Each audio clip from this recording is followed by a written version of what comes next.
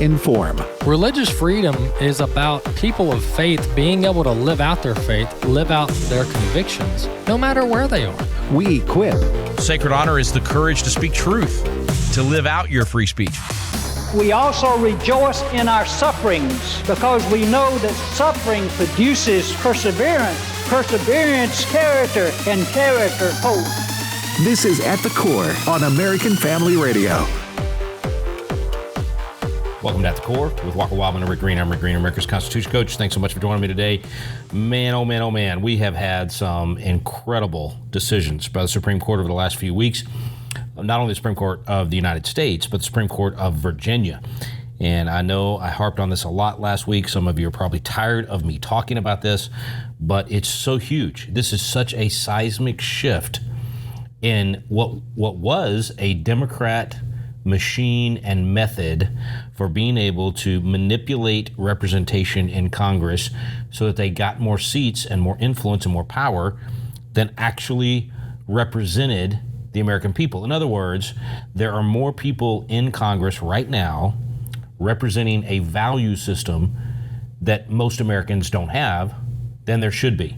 I mean, let's just say if you really think half of America is Democrat and half is Republican, then it should be pretty much evenly split in Congress.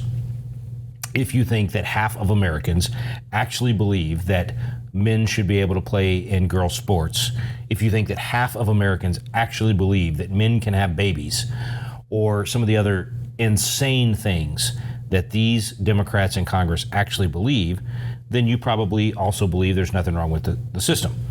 If you think that people should be able to draw congressional district lines to guarantee that someone would be red, white, yellow, black, or brown representing them in Congress, or to guarantee that a particular race or religion is represented, rather than drawing those lines so that you have fair representation in Congress, then you probably think there's nothing wrong with the system.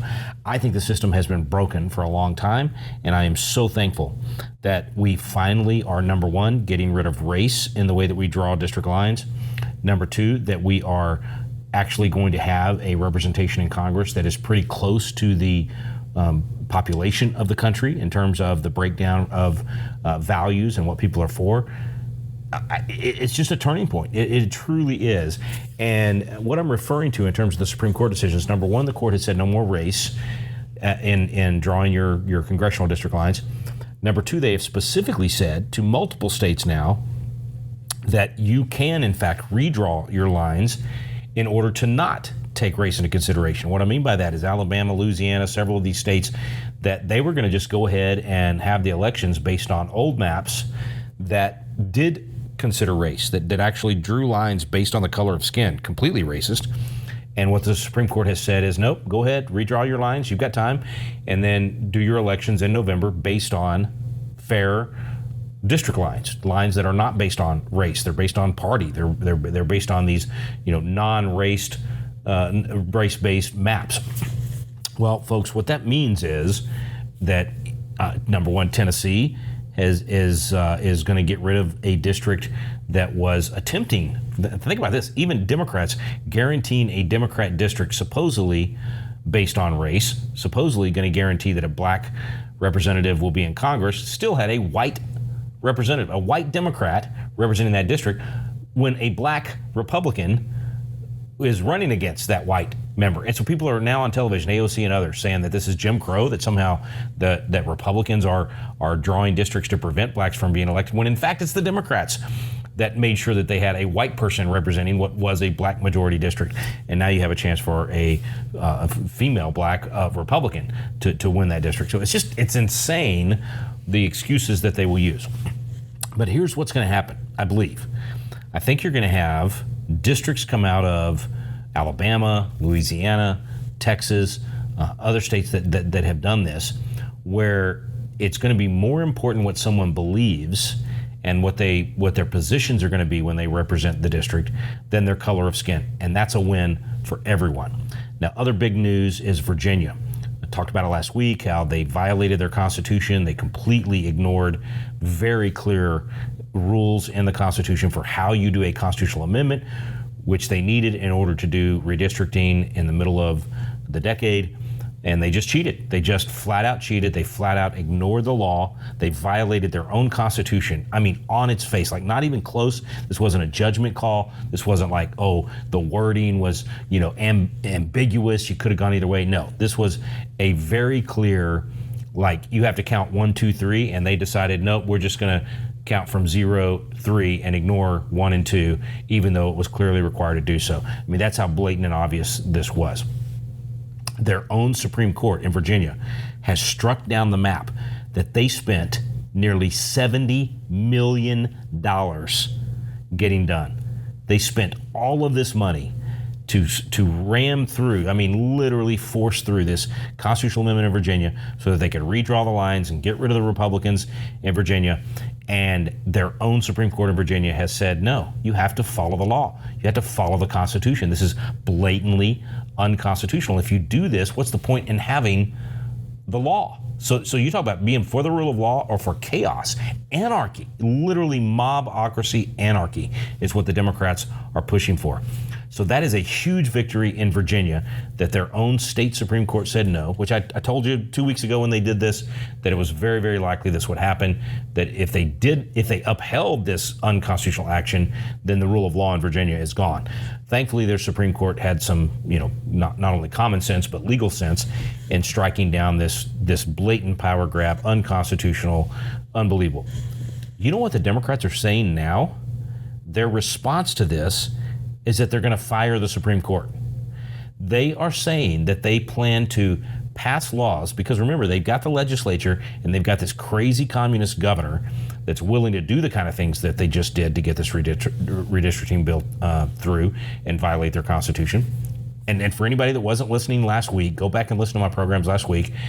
Redistricting is fine in the middle of a decade if your constitution, state constitution, allows for it. Virginia's did not allow them to do it without having multiple sessions where it was done and all these other steps that they take. Places like Texas, you still have a high bar, but instead of having multiple sessions, you just have to get 2/3 of the legislature to vote for it. So you have a really high bar, 2/3, and then you have to, send it to the people to be able to vote for it. So all states have a high bar for a constitutional amendment. They just do it in different ways. Texas did not have to amend the Constitution to do redistricting. It already allowed for it. Virginia did. And then their constitutional amendment process was violated, and their Supreme Court threw it out. And so now they're turning around and saying they're going to lower the age of the requirements for Supreme Court members by something like 20-something years. They're going to go from 74 to 53 or 54, I forget, and in essence fire their Supreme Court in order to now reappoint a brand new Supreme Court in order to ram this, basically allow themselves to violate the Constitution. It's crazy. I mean, I've been around politics for my whole life. I've been very involved for 30 years. I've served in the legislature. I ran for state Supreme Court twice in Texas, barely lost both of those, by the way. Won the primary in one of those years and lost the runoff. But anyway, all that to say, I've been around this stuff forever. I've seen people attempt to cheat or play nasty or whatever. I've never seen this level of blatant disregard for the rule of law, blatant disregard for the Constitution. I mean, just a raw power grab. It's beyond anything I've ever seen. And so maybe this is just talk. Apparently it's a recorded conversation of Democrat strategists in Virginia. Maybe they're not actually going to try it. Maybe, I hope they don't. I mean, the one side of me says I hope they do, because it's so raw and so terrible that I think they'll push voters away from the Democrat Party. But the other side of me is like, it's just unhealthy for the country. I would rather the Democrats come to their senses. I would much rather the Democrats come back to, some sanity, get away from this transgender insanity and get away from this raw end justifies the means, we'll cheat to win.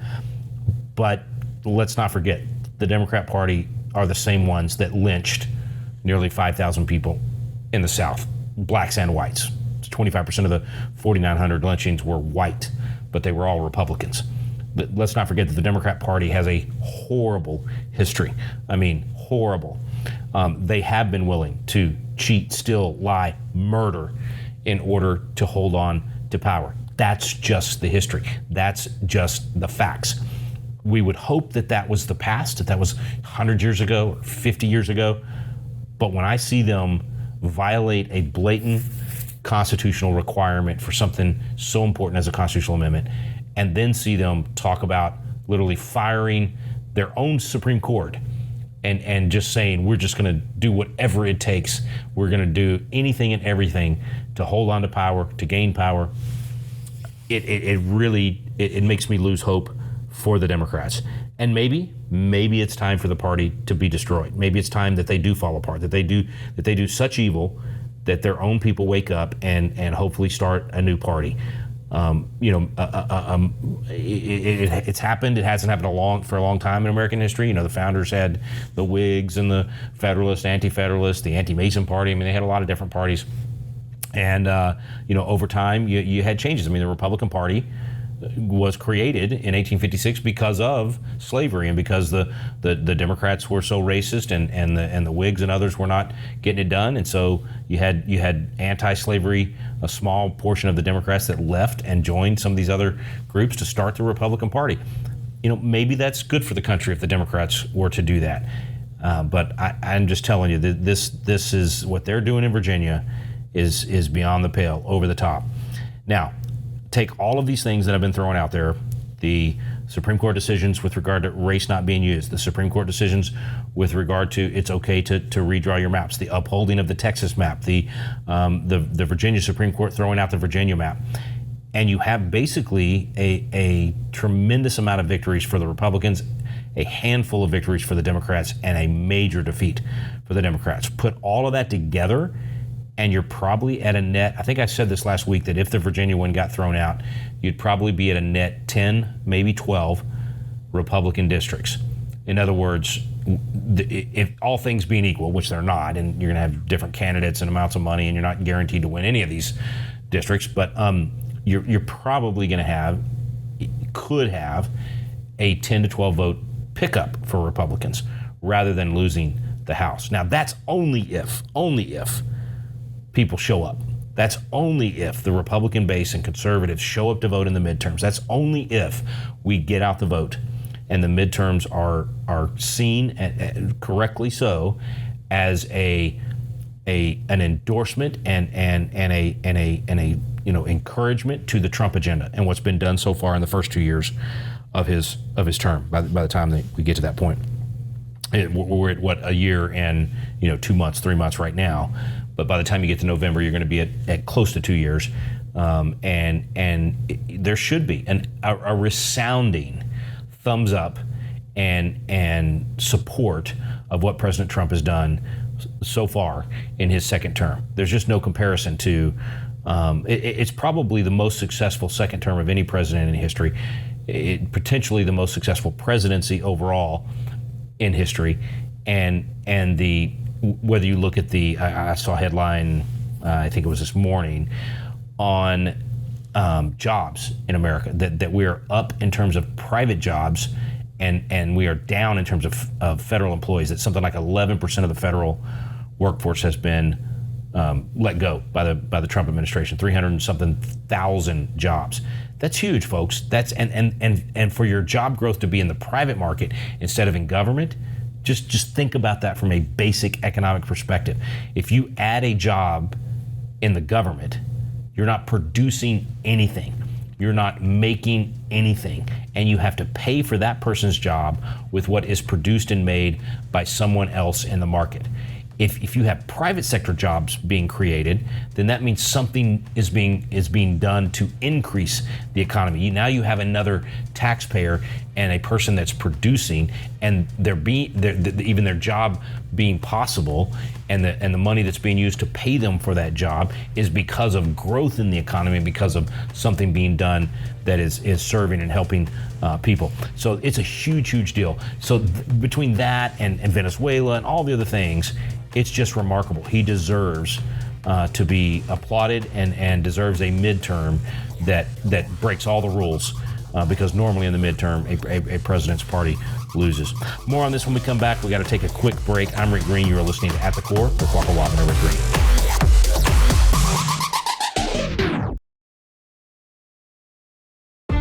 If we lose this cultural war, we're going to have a hedonistic, humanistic society. Discover the story of the culture warrior Don Wildmon and how he went head-to-head with Hollywood, Playboy, the homosexual agenda, and the Disney empire. The movement Don started continues today as AFA fights the attack against truth and righteousness. Watch Culture Warrior and join the fight. Visit culturewarrior.movie.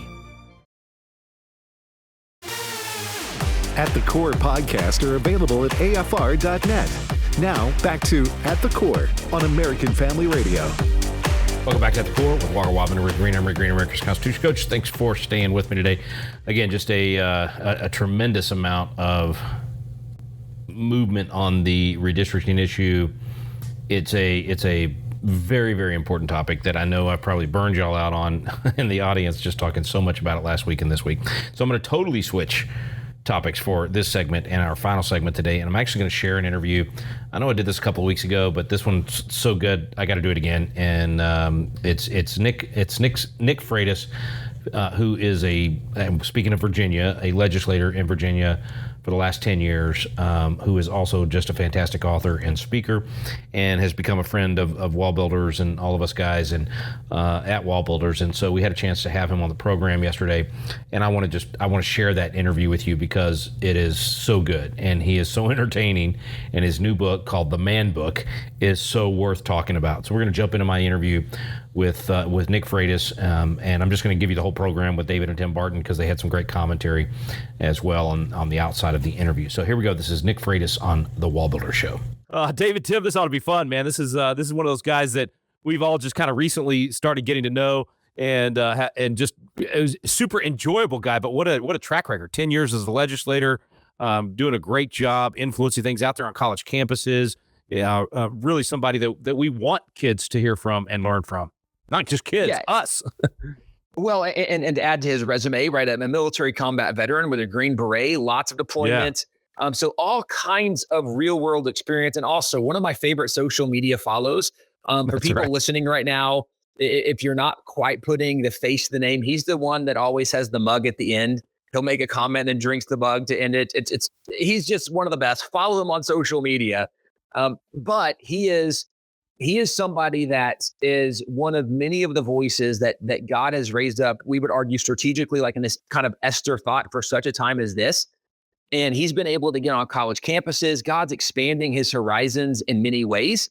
I think there's a lot of things yet to come for him and from him, but he is someone that is now addressing one of the big issues. There's young men that are coming to faith, and yet there's a lot of unanswered questions for them. And he wrote a book literally to try to help young men know what it means to be a man. And guys, I went to the book. I was texting Nick along the way, like, man, this chapter is so good. This was so great. I loved it. And so I messaged you guys. I was like, hey, we need to get Nick on the program to talk about his book. It is so good. I love the fact that he did something to encourage young men. And also, in fairness, this is for young men. But I would say this is not something that only men could or should read, because girls, if you want to know what kind of standards you should have, right? Moms, grandparents, if you want to help your women, your young ladies know what a man should look like, what they should be able to do, this is a really great step-by-step guide in his book. So really excited about having Nick on the program. Well, Nick will be with us when we return. Stay with us. You're listening to The Wall Builder Show.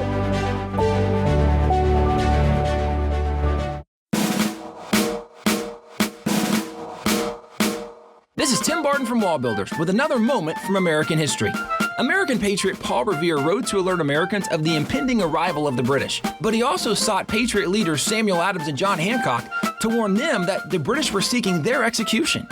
Adams and Hancock were staying with the Reverend Jonas Clark in Lexington.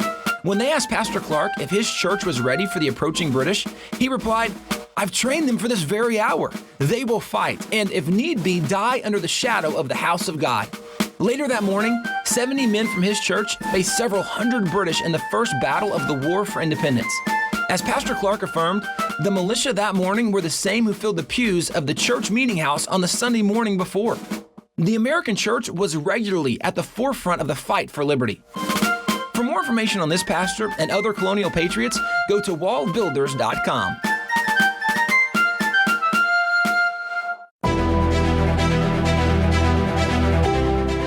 Welcome back to the Wildmon Show. Thanks for staying with us. Great to have Nick Freitas with us. Do I say your name right? Freitas, Frito. What do I say, Dude, Nick? What's the right way to pronounce it? Technically, it's pronounced Freitas, but my drill sergeant taught me to respond to anything close. All right, Freitas is the right way to say it. One of our favorites out there. Great legislator, author, speaker, all of that good stuff, and new book coming out. And I will say, Tim called me and said, Nick's got a new book coming out. You gotta get Nick on the program. And then my son-in-law is hitting me up going, man, I'm learning all this great stuff in this book by Nick. And he's like, I literally talk about how to get a date, how to cook a steak. I mean, I'm like, man, this is good. I'm impressed. Anyway, so thanks for coming on. We appreciate you being with us. No, thanks for having me. Well, and Rick, I do want to say it's not coming out; it's out. I listened to it on Audible. I texted Nick while I was listening to it, and man, it's incredible. Literally, I was encouraged, I was challenged, I was convicted in a couple areas. Like, ooh, I need to do a better job there. It is so good and practical, Nick. Incredible job. No, well, thank you very much. You know, it's funny on the Audible side. They asked me like, "Do you want to narrate your own book?" I'm like, well, if I want the sarcasm to come through the way I intend, I probably should. So. No, yeah, and I was trying to find my notes from my son-in-law. Yeah, he said, I'm not doing this to blow smoke up your skirt, Nick. Okay, he said this is my son-in-law. One of the best books I've read. It'll be the one that our guys group goes through next, and just because of your rivalry with Lovell, I will let you know they've already gone through Warrior Poet Way. And so if he comes back and says Nick was a lot better, I'll give you some, ammunition for your. Well, no, that's actually how you should do it. You should start off with Warrior Poet Way, and then you should go up to the advanced study with my book. I love it.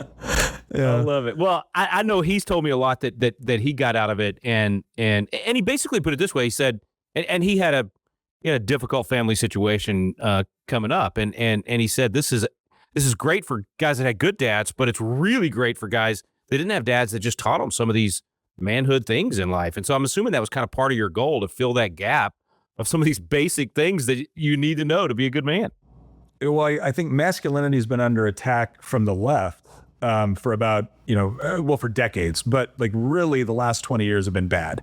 And it's amazing how many young men have grown up in an environment where they've been told that every instinct that God put in them to be men, to be masculine, is wrong. It's bad. It's toxic. It's the source of all the world's ills. And so they're looking for guidance because they see the results. They see the results of denigrating masculinity as being horrible, universally horrible for society. The problem is that they're not just getting lies from the left. They're also getting lies from some people that would, I guess, colloquially be considered on the right. And the lies coming from the right are, hey, everything the left told you, everything the feminists told you, all of that is wrong. You need to be strong. You need to be capable. But you need to be strong and capable so you can sleep with a lot of beautiful women, so you can have a nice house, you can have a car, so you can be powerful, so you can intimidate, so you can get what you want.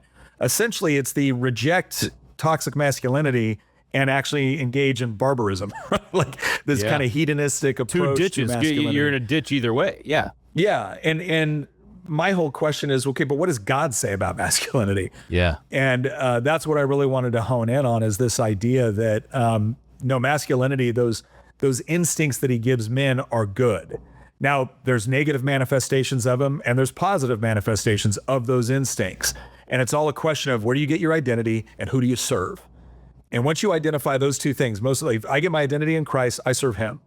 Well, now, of course, if I want to be a representative of Christ, I better be strong physically, intellectually, emotionally. I better be professionally competent. I better be the sort of man that other men can rely on in a dangerous situation. I better be the sort of guy that when my kid goes to school and says, my dad can beat up your dad, there's at least a reasonable chance that that's true, right? Like, so these are the sort of things that I wanted to go over to encourage young men that, yeah, you want to develop these skill sets, but you got to know who they're in service to. Well, Nick, I love the fact that you get into some very practical things. And in my mind, some was maybe a little more theoretical, like pitting a card. You were giving practical advice. And I'm like, I don't know when I'm going to use this, but I kind of want to go try it now. I'm kind of excited about this. But also you said something. So I have a 7-year-old and a 4.5-year-old. And as I'm listening to the book, I'm going, man, this is such solid information. And every now and then you're dropping these nuggets. And I'm like, oh my gosh, I've never thought of it quite that way. You explained it so well. So just as an example for everybody listening, one of the many reasons you should go get the book, on a quick thought, all of the chapters are short. They're easy. You're so concise. You're so well-spoken actually well written, and you just read it well. So you sounded well spoken. But the section on parenting, you talked about how if we're not careful in teaching our kids to share, the way that I was perceiving it is you can come across almost like we're raising these entitled socialists, because mom and dad always took things from everybody else and gave it to you. And I was like, oh my gosh, I'm literally like in the process of teaching my kids to share, and I haven't taught them enough about private ownership in the midst of teaching them to share. And so again, you just give such great thoughts and insight along the way. And not to give away too much of the book because we want people to go read it, but when you said it actually was seeing an experience an encounter with a kid, I don't know if you remember this part of the book, coming and screaming and yelling. Can you tell part of that story? Sure. Our kids were out there playing with a toy. I think in this case it was my son. He was playing with a toy, and it was a brand new toy, and he'd gotten it. He was excited about having it. And it's not like my son who was like 6 at the time had a difficult time sharing. It's just that he wanted to play with his toy. And the person that wanted it started to get all like pushy and shovey and like, share, you need to share. And he's like, well, I want to play with it. And so he ran to my wife, Tina, and was like, Luke's not sharing. And she looks her dead in the eye and goes, yeah, he doesn't have to. And there's a lot of parents that, well, isn't it important to teach your kids to share? It's like, yeah, as long as they understand what sharing is. Sharing is a voluntary choice that you make with your property in order to give it to somebody else. And you can share for altruistic reasons. You can share because you think it would be the nice thing to do for another person. You can share for cooperative reasons. I'm going to share my toys because then you'll share your toys. And now we're engaging in voluntary transaction. I said, but the moment you teach your kids that they are compelled by force to share, it's not sharing. What you've done is you've taught your kid that the moment they don't get what they want, run to an authority figure who's going to use force or coercion in order to give you what you want. I said, yeah, those kids grow up and they become members of Congress, right? And so we need to teach it within the proper context. Here are the benefits of sharing. But here's the benefits of being nice and respectful. And no, you don't have to share your property with someone that's being a little brat or a little punk or is going to break it. And when you put it into that context, all of a sudden it's like, oh yeah, that makes a lot of sense. Wow, that's good. And there were so many guys, I'm telling you, there were so many chapters like that where there were many things I was like, I feel like I kind of know this topic. And then you drop this nugget and I'm like, that's such a good thought. Was there a specific chapter that you enjoyed more than others? Or there's some that you were more excited about thinking that, man, this is something people really need to know? I like the chapters on how to effectively defend your faith. And one of the reasons why that's so important to me is because I was raised in the church. I've always considered myself a Christian, but there was many years there where I wasn't living that way. And the reason why is because I found a lot of the arguments for Christianity intellectually unsatisfying. And then on top of the intellectual component, I also saw a lot of Christian men who I didn't respect. It was almost like they demanded respect because they were Christians. It's like, no, you should be worthy of respect if you are going to claim Christ. And so talking about this whole idea of if you're going to claim Christ, well, then you better be living and acting and performing in a way that resonates that. And the intellectual component, it's one of the reasons why I love Wall Builders. I love the intellectual arguments you make for the principles, which I feel are true, but I want to know are true. I want to be able to effectively articulate and defend these positions.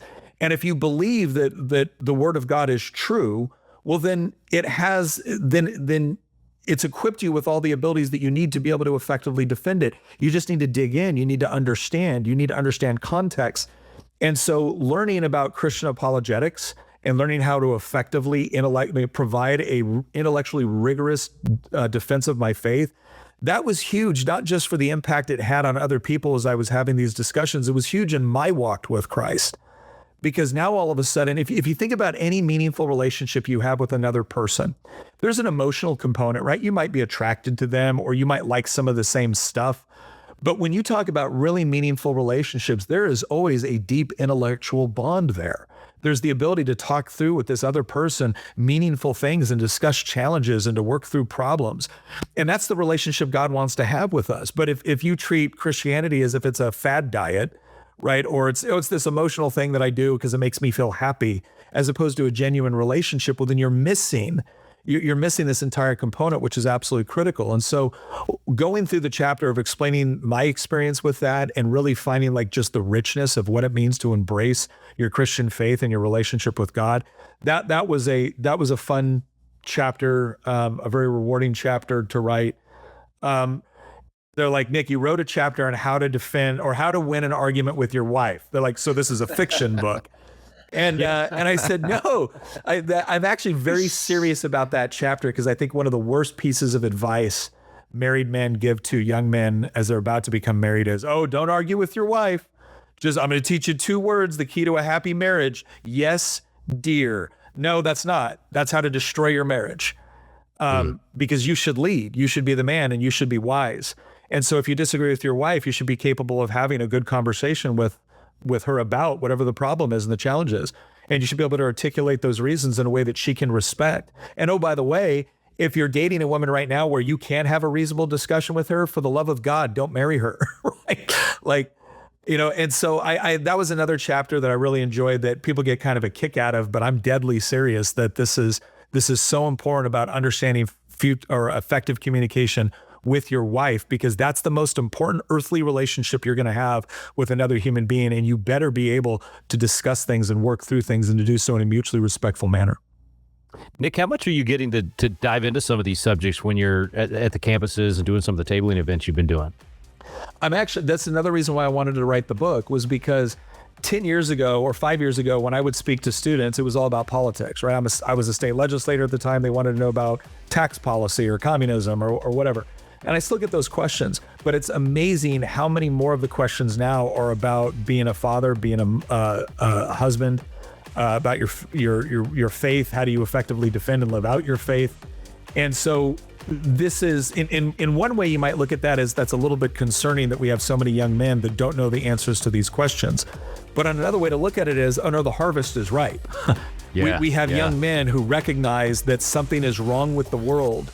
And instead of trying to solve that just through political questions, they're actually getting to the fundamentals about their relationship with God, about the potential relationship with their spouse one day. Quick interruption, everybody. We'll be right back. You're listening to At the Core with Walker Wildmon and Rick Green.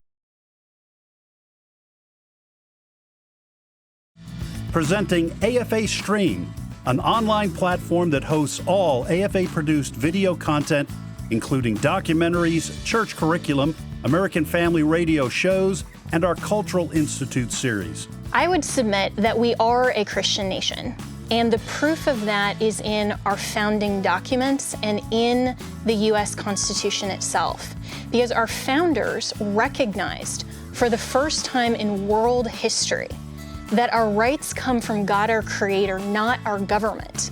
AFA Stream is a vital step that we are taking to fulfill our vision to be a leading organization in biblical worldview training for cultural transformation. You'll find top-notch resources that address the issues of our day related to marriage, family, the sanctity of life, and many others. Start streaming today. stream.afa.net.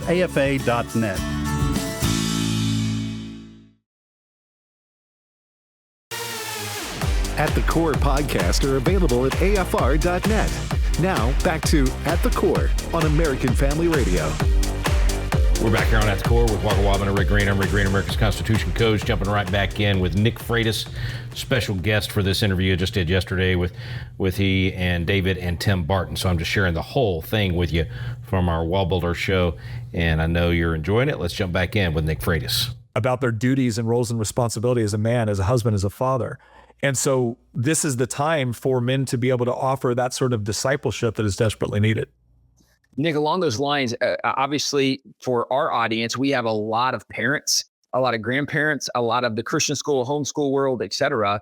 And so I'm curious, knowing that we want to equip people to disciple the next generation, what are some themes that and I'm asking this knowing you've done several tabling events for Turning Point USA recently.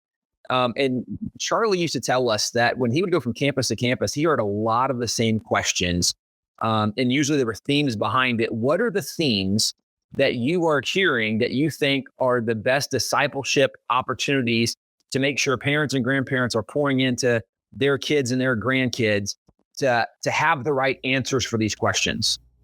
Well, the first thing you need to understand, and Vodi Bakum said this best, he goes, you can't send your kids to Caesar for their education and be surprised when they come home as Romans. And I say this as a member, I say this as someone who sat on the education committee in the Virginia House of Delegates. I say this as someone who was the subcommittee chairman on higher education. I say this as somebody that regularly interacts with college students on campuses all over the country. I see a lot of students that were raised by Christian, that the parents think they're the ones that raised their kids. No, they didn't. The public school system did. And now the university system is. And when those students come home with questions to mom and dad, let's say they still have a good relationship with mom and dad get scared and intimidated by the questions. And instead of engaging with their kids, they say, we didn't raise you that way. Or they say, you just need to pray more. And what I would tell parents is that one of the most upsetting things I have learned is the number of Christian parents that didn't raise their kids in the faith, didn't raise their kids with their values. What they did was they taught their kids an authority structure. And the authority structure that they taught their kids was, when you live under my house, you follow my rules. Okay, great. I'm sure you had good Christian rules. They don't live under your house anymore. They're in the college dorm. They're in a different world. They're off by their own. And what you taught them was you listen to what the authorities say. And well, the authority on the college campus at University of Seattle is telling them to come and spit and yell and scream at me for 2 hours straight. And they think that's an argument. And so the thing I would tell parents is, understand something. You can and should delegate authority to proper resources and proper experts and whatnot in order to assist in the education of your children. I was very happy to use the curriculum that Wall Builders designed in order to help teach my kids about American history. Why? Because I knew it was coming from a place that was rooted in my faith, but was also academically and intellectually rigorous. And so I didn't mind delegating authority to Wall Builders to help me in that process. But parents, you can delegate authority, you cannot delegate responsibility. It is your responsibility to raise your children in the way that they should go. And if you are regularly and routinely taking those kids and putting them into an environment with different authority figures that will challenge and question your faith, that will mock and denigrate your faith, that will mock and denigrate your values, you are causing confusion in your children. And then they go off into the world and they're no longer equipped to fight for the values that you thought you taught them because you didn't. Now, the good news is this: there has never been more resources. There have never been more people that are willing to come alongside and assist you. And you would be shocked at how God blesses imperfect yet faithful attempts to raise your children in the way that they should go. One of the greatest things I love about homeschooling and the experience I've had in raising my kids is that I love being around my kids. People, wait until you get to the teenage years. Teenage years were the easiest. And it's not because we didn't expose them to different ideas or concepts. We challenged them in their faith every chance we got because we wanted them to be equipped. But if you want to know the common theme, what's going on in college campuses with kids, it's confusion about the truth, about the concept of truth, confusion about identity. It's not confusion about socialism versus capitalism. That is like 7 questions down. No, it's about, who am I? Who do I belong to? Where do I get my identity? Is truth objective? Those are the fundamental questions that are informing all of the other ridiculousness that you see going on. Man, I'm just thrilled that you're out there able to answer those questions with those students and hopefully, get this book in as many of those hands as well. David? One of the things, Nick, that I'm loving about this is all these little things you're focused on, even going back to kids sharing. And you're right. So often parents say, now go share with them. Wait a minute. That's private property. That's a choice to share. There's not a mandate to share. And so there's the little things. But what I love is, if you grow up with that, you're not going to buy any part of socialism when you hear it. Mm-hmm. I mean, these are all little ideas that grow into big things. And, you shouldn't have an argument with your spouse. Wait a minute. Bible says iron sharpens iron. And if you can't contend for your beliefs, then you're not going to be worth anything in a classroom when a professor says something crazy and you bow down. And, I'm going through all this and it's just so many cultural things that come from these little habits that you're focused on. And those are the cultural things that will raise a generation that will fight for a country, fight for a civilization, fight for a structure that we've had. We're celebrating 250, but not if we keep going with the kind of thinking we've got today. That's another 20 years, maybe 30. But it's so cool. The stuff you're hitting These are such core principles, and they're not just for individuals. When individuals start thinking this way, it'll change the whole country. We can win this thing in one generation because we have more kids. We just have to take more responsibility for raising them in the way that they should go. It's called The Man Book, a point-by-point guide to sucking it up and getting the job done. Nick, God bless you, man. Thanks for coming on with us today. Thank you all very much, and thank you for what you do. Stay with us, folks. We'll be right back on The Wall Builder Show.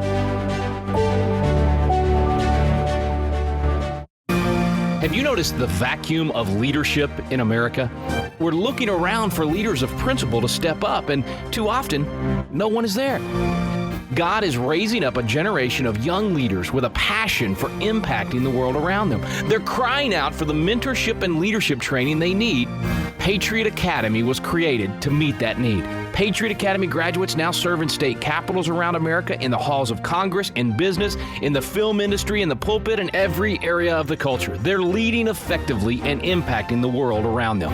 Patriot Academy is now expanding across the nation, and now's your chance to experience this life-changing week that trains champions to change the world. Visit patriotacademy.com for dates and locations. Our core program is still for young leaders 16 to 25 years old, but we also now have a citizen track for adults. So visit the website today to learn more. Help us fill the void of leadership in America. Join us in training champions to change the world at patriotacademy.com. Thanks for staying with us. Welcome back to the Wall Builder Show. Man, what a fun interview, guys, and how important this is to get. If we don't get manhood right, if we don't get fatherhood right, we're not going to make America great again. I mean, this is at the heart of it. You know, we've gone through a generation of what they call toxic masculinity, where just being a man was toxic somehow to the culture. And so we've started raising generation wimps. But I was thinking even during Nick's interview, okay, you're Jesus, you're in the temple, you see something that really ticks you off, and that is that they've turned the house of prayer into a house of commerce. So you braid together a set of whips, and you go through and you overturn private property, you destroy private property, you chase people out. There is not a single indication that anybody fought back against Jesus. And at that point, he's just a man walking through the temple with a whip, and he's just letting them have it. And there's no indication of that ever being toxic masculinity. That exercise of strength that Jesus did is what set an example for the rest of us to know that, hey, there are things worth fighting for.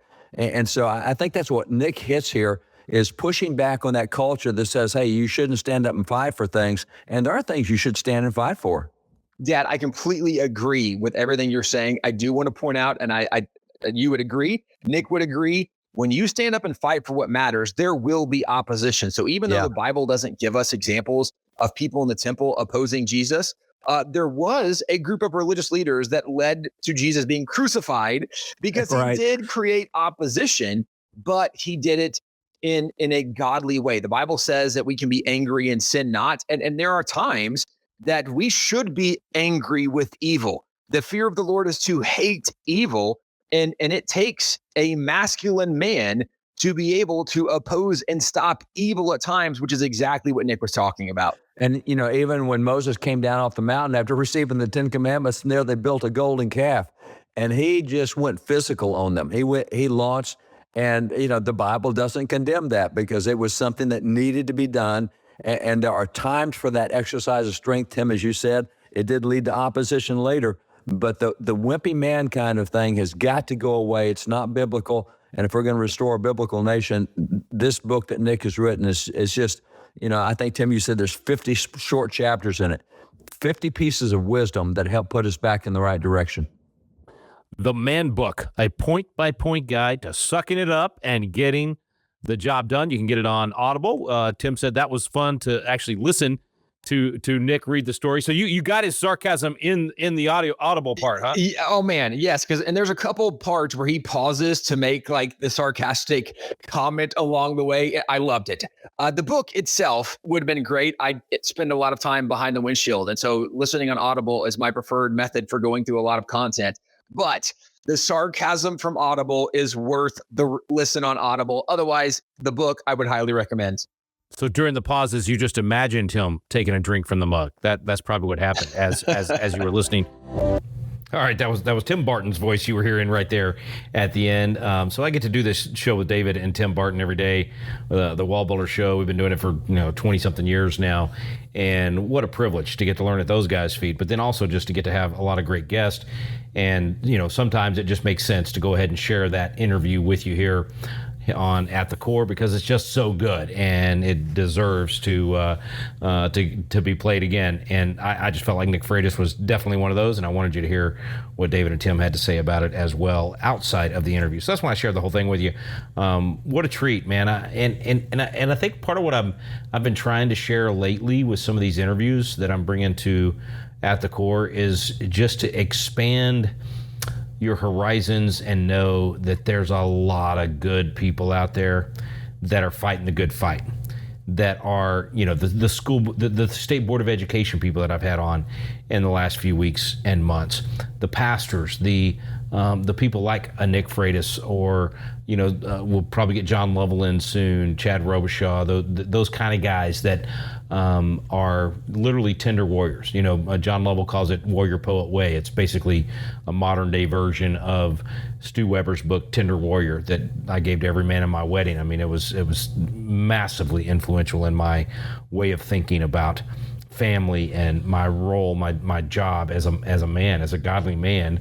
What did I want to be and do?